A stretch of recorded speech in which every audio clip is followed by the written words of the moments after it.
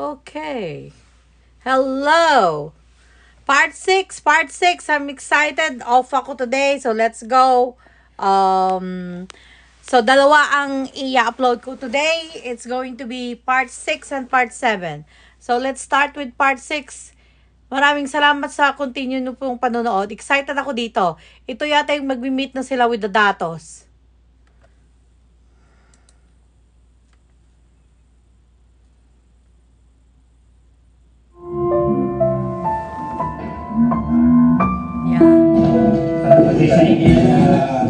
Ano yung nangyayari po ngayong araw? Nandito na po yung mga dato. So, nandyan din po yung tatay ng lalaki na mapapangasawa sana ni Maylene. At saka po yung si Tatay Jerry na tatay po ni Maylene. So, ito pong mga nasa harapan natin. Ito po yung mga tribal council o yung mga dato dito.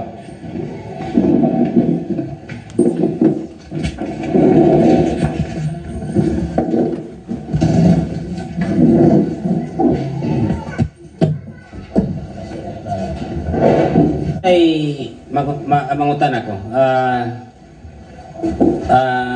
Ikay kwat mo signal kung magsugod na. Buwa?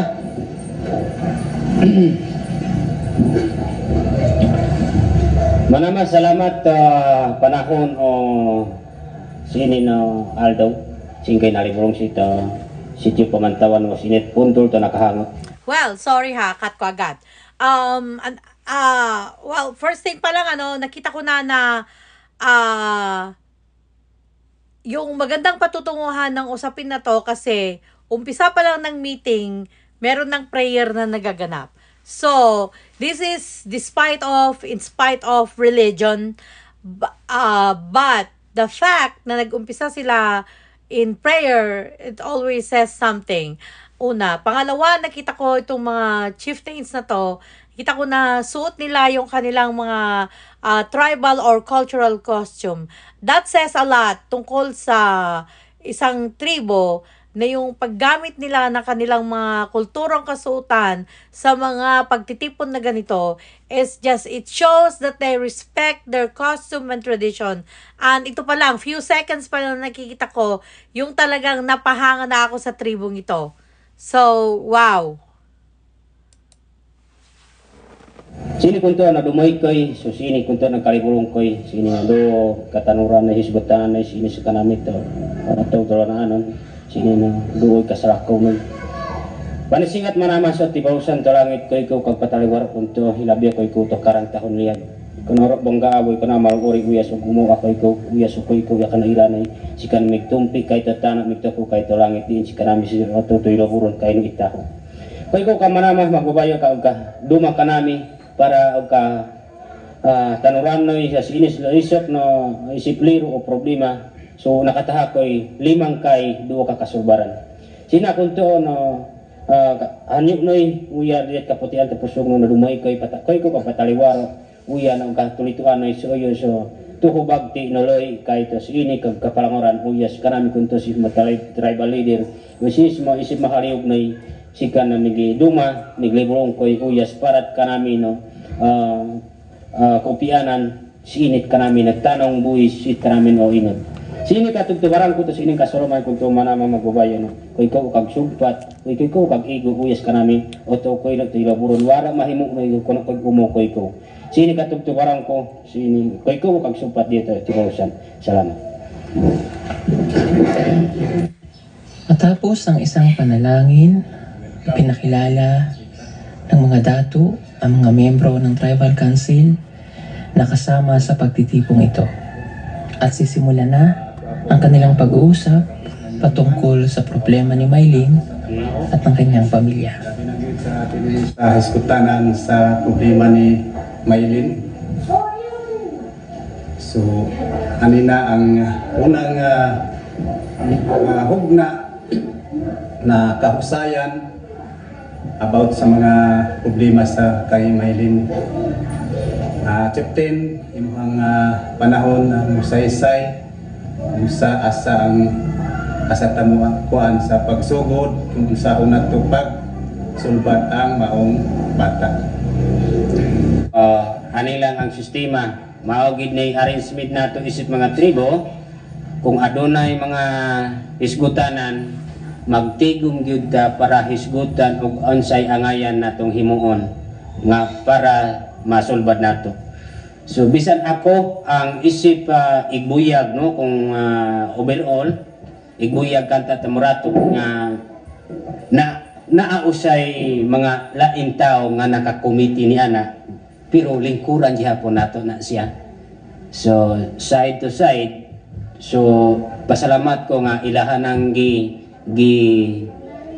pahaom o gistoryahan daan kung unsay mga angayan nga dili ta mo sangko ngadto sa kadautan kun dili diha ta sa masulbad kung unsay mga isgutanan diha sa problema nga sama niini.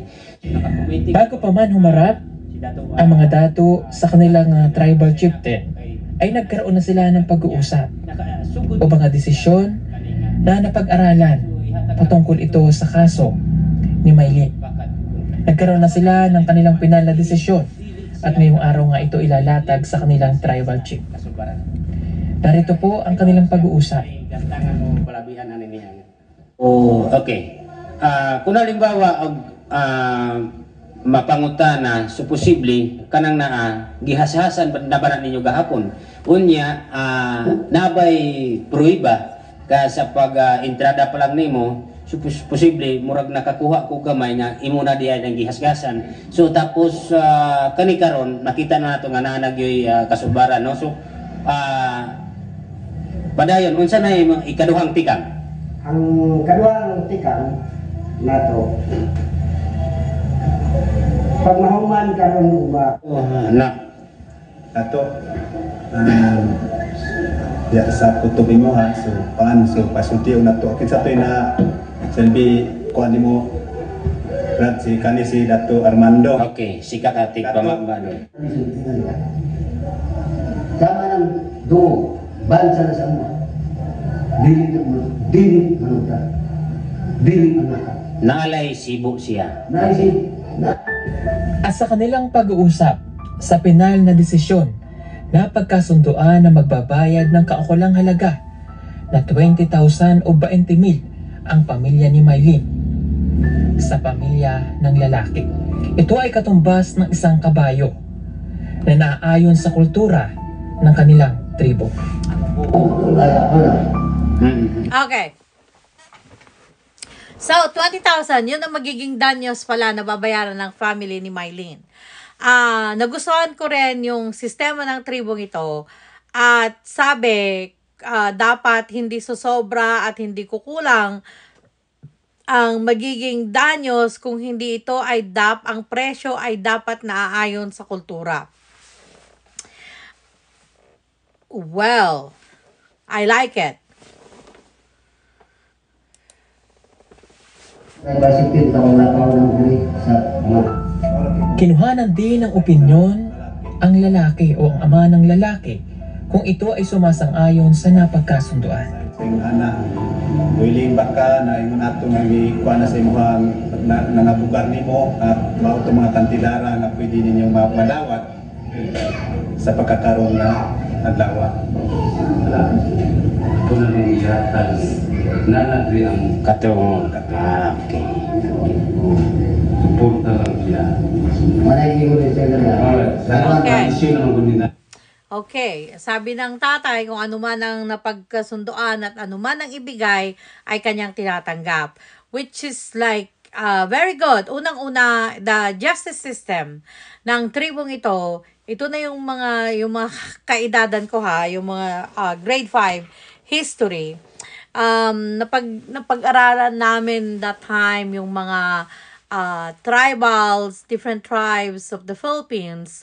At ito may mga chieftains at na-preserve ng tribe na to yung kanilang sistema na meron silang kanilang sariling bylaws o justice system which is like it is fair to everyone in their village or in their community. Walang mayaman, walang mahirap sa kanilang batas. Nakita nyo yan, naayon sa kultura at hindi umapila yung tatay ng lalaki like, hey, you didn't do nothing and you're gonna get 20,000 pesos. Like, what else do you want? But anyway, kung ang sabi niya, kung anong ibigay, anong mapagkakasunduan, iyon ay aking tatanggapin. So it shows na ang mga tribong ito ay kanilang what you call this, nire-respect nila ang kanilang bylaw, so ang kanilang mga batas bilang isang tribo. At gusto ko talaga to kasi nagiging fair ang justice system. And it is sad na nung dumating ang mga Kastila at ang mga Amerikano ay binago nila ang ating justice system na hindi na siya dapat sana maging equal ang justice system. Kaya ang simbolo ng hustisya ay ang babaeng nakapiring at meron siyang timbangan, kasi dapat kung titimbangin mo, dapat hindi mo tinitignan kung sino, titimbangin mo lang talaga kung according to what is being weighed. Hindi mo, kaya nakapiring ang mata para hindi mo titignan kung kanino ka papanig. Pero ang nangyayari, kadalasan sa batas, lalo na sa Pilipinas, ay hindi nasusunod ang mga may pera, naaareglo ang mga mahirap. Kapag pinaratangan, hindi kayang lumaban, nabibilanggo, namamatay sa bilangguan na walang kalaban-laban. Kaya na-appreciate ko ang mga tribo na ganito, na they're still practicing their own bylaws na nagiging patas sa lahat ng members ng kanilang community.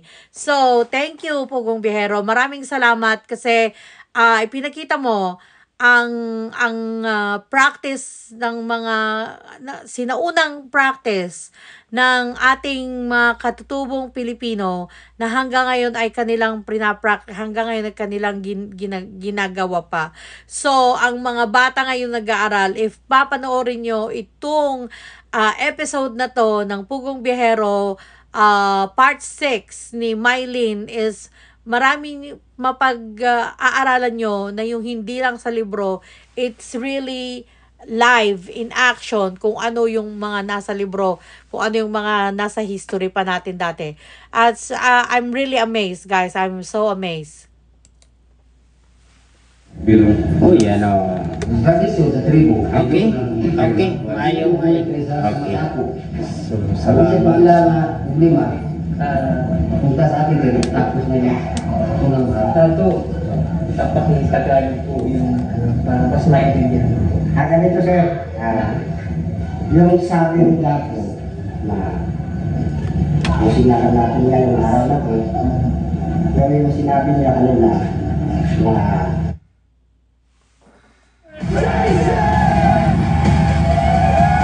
Twisters, get tickets now. mayroon lang sa isang kabayo yung anak niya. Hindi ko na sobra. Sabi niya kanina is 20,000. 20,000 lang yung karapat-dapat na ibigay natin sa kanila. Pag matapos na yun, sir, mabigyan na natin sila. Gawa na tayo ng kasulatan. Patunayan natin na Solbad na. Ayos na ang problema. Okay, sige po. So, may sasabihin pa si Tato? Wala na. Wala na? Okay. So, pwede po namin ngayong ihatag yung 20,000? Opo. Pwede sir. Sige. So, itong 20,000 kanino po namin ibibigay? Kay check 10. Ibigay mo doon dyan. Ilagay po dito. So, kami na talaga ang mag-usap. Pero habang nailagay na yon, maghanap na lang tayo kung sino talaga mag-proxy na yung mga katibayan, gagawin na po yung mga kasulatan para pagkatapos nun, magpirma po tayo lahat, mga driver, na tapos na itong problema. Okay. Pwede naman po handwritten, ano? Oo, yun, handwriting. Napag-usapan. Ay. Count muna natin. Okay. So, ito po, i-count na natin yung 20,000. Okay. 1, 2, 3, 4, 5, 6, 7, 8, 9, 10. Okay. So, dito po sa ating reaction video, dito po tayo nagtatapos. But, itutuloy ko, most likely, sinabi na they're gonna give 20,000, magpipirmahan sila at wala nang problema. Ang family ni Mylene, nabayaran na ang danyos. So, nakawala na si Mylene sa obligasyon niya na makipag-asawa sa lalaking, what do you call this, na she was contracted to. So, thank you, Sir Paul. Ang ganda-ganda ng mga pinapakita mo. Hindi mo lang pinapakita talaga yung mga pagtulong, kung hindi pati rin ang ating mga katutubo o lumang kaugalian na hanggang ngayon ay naprapractice pa rin sa ating mga katutubong mga kababayan. So, thank you very much. Please continue to watch for our reaction videos. Please like, please comment, and subscribe. Thank you. But I will continue to watch it.